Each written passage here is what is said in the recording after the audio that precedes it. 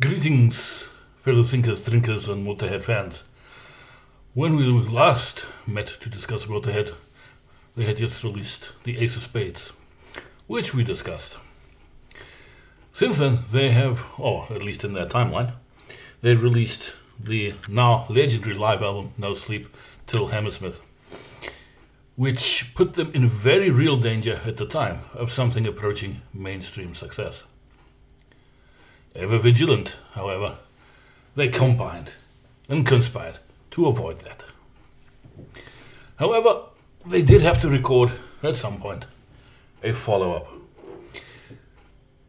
Iron Fist, as it turned out, was perhaps seen more as a follow-up to the live album than it was to Ace of Spades. And as Lemmy subsequently said, how do you follow up a successful live album? Point taken.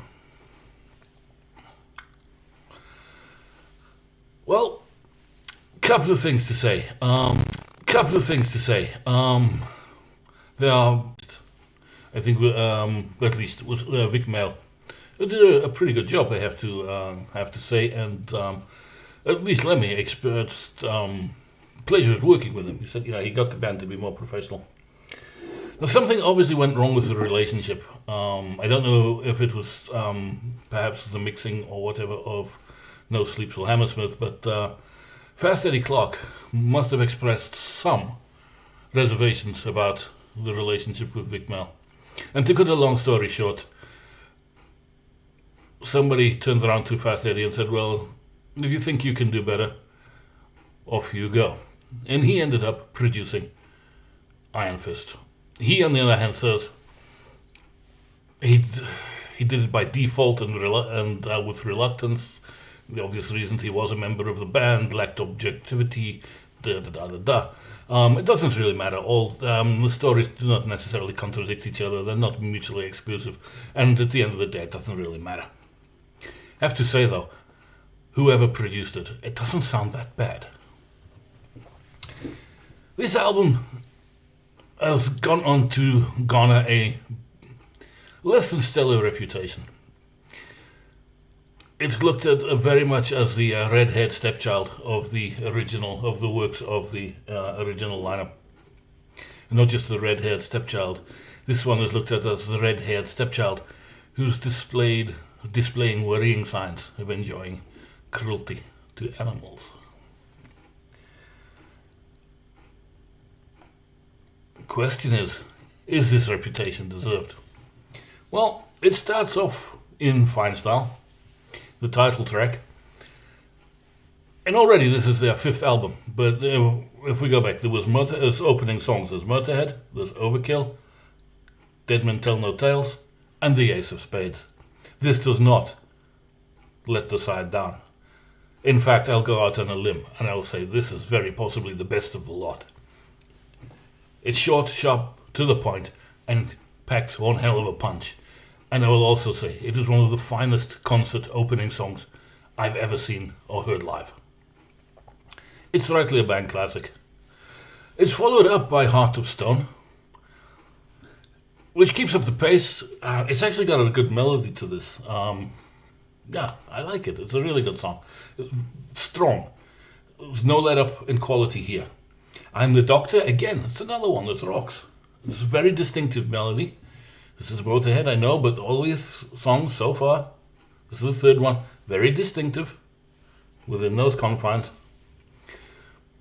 And again, if you were coming new to this, and you just knew the reputation of this album, already a quarter of a way through, you might be asking, well, where's the third? Because there's no sign of one yet.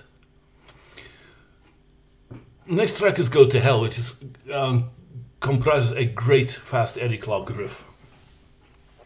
Slightly slower pace, but again, this is strong stuff.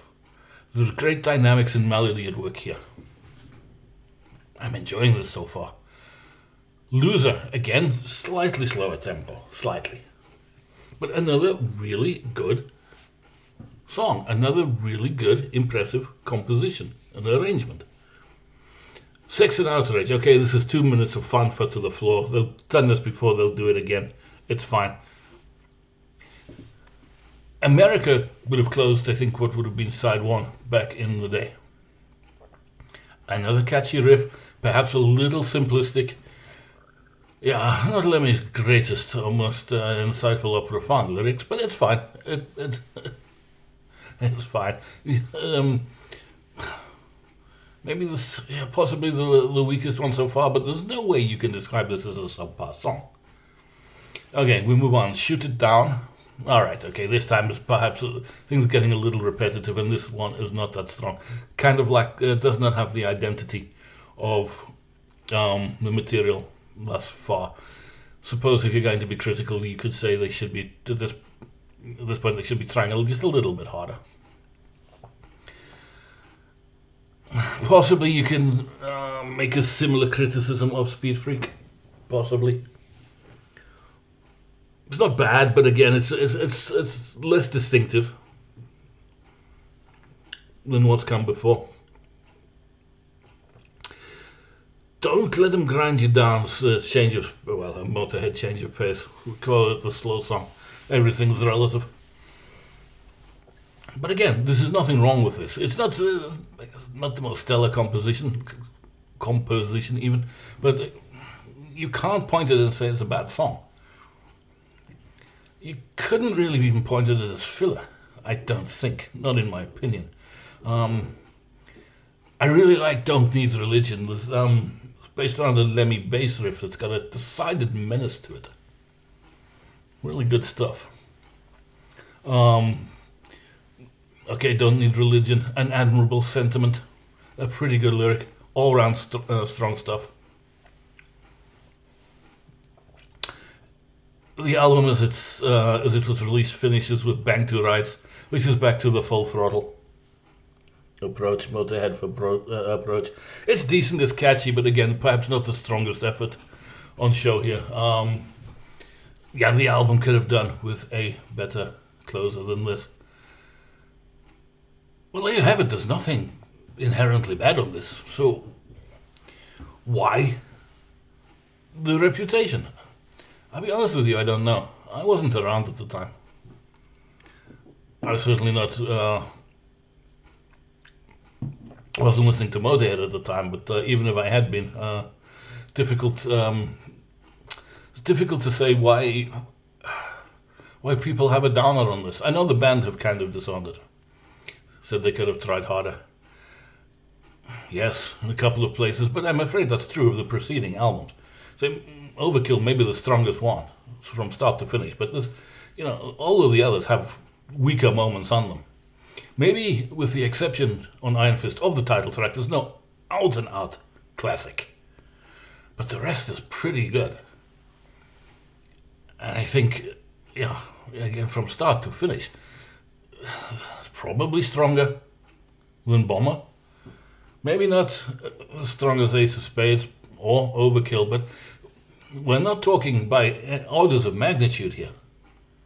This is a strong release. Again, I don't see... Fast Eddie does some good work on this. He's noticeably more prominent. I suppose that's the advantage of being the producer. But no, he does a good job. Okay, this is the a remastered, the 40th anniversary remastered edition. Maybe they did juice the sound up a bit. I don't know. I can't remember what the original vinyl sounded like. But again, I don't know. There's some extra material on here. Remember Me, I'm Gone, which was the B-side of the Iron Fist single. Again, good song. Perhaps it would have been an improvement on a couple of the lesser moments here, but we're splitting hairs at this point. There's 3 instrumentals included in the bonus material, and a plethora of alternate takes.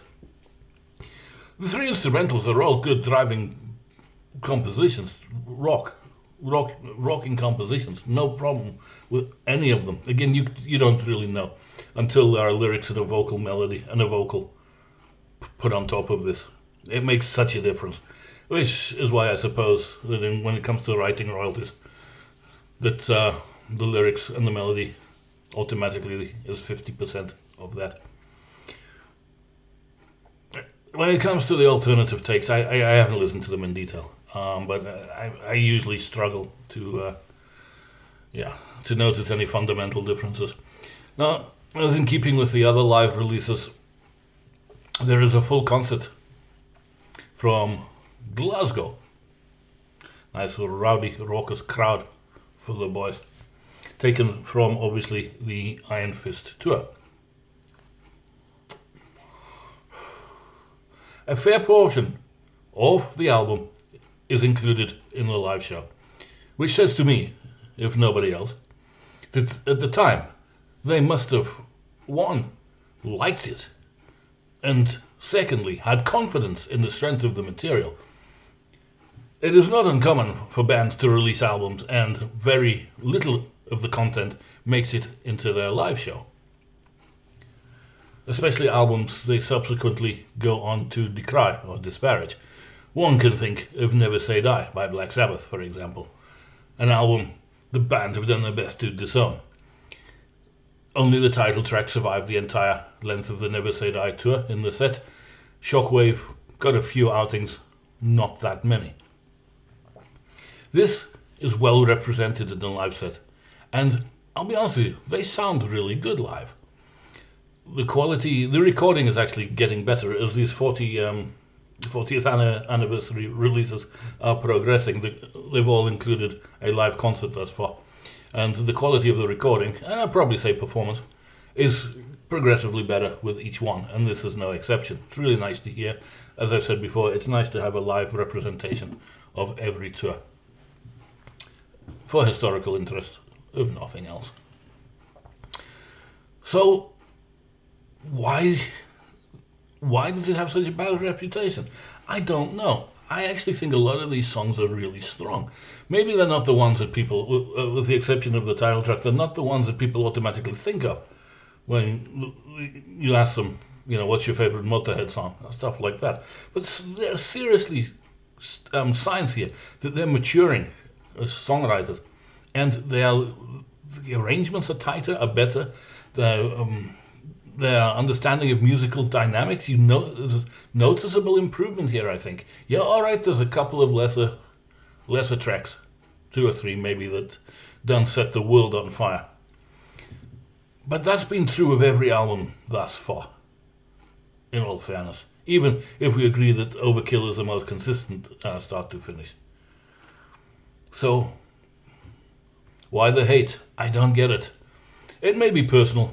Maybe it's associated in the minds of the band with, with less than good times. This was the start of the breakup, and is the last album that Fast Eddie Clarke played on.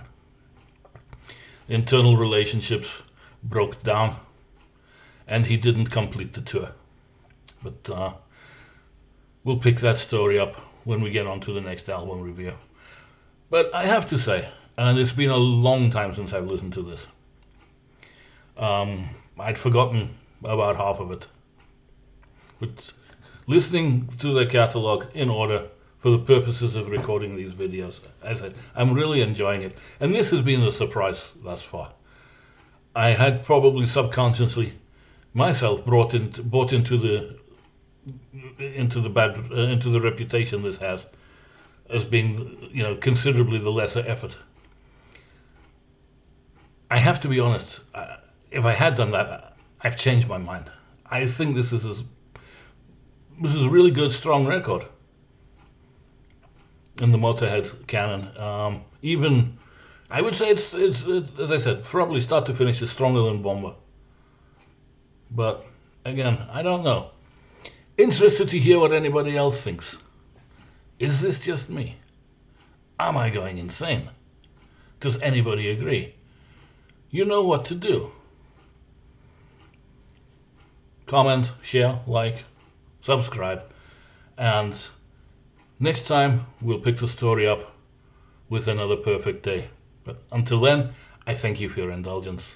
Keep well, and Mashonkia.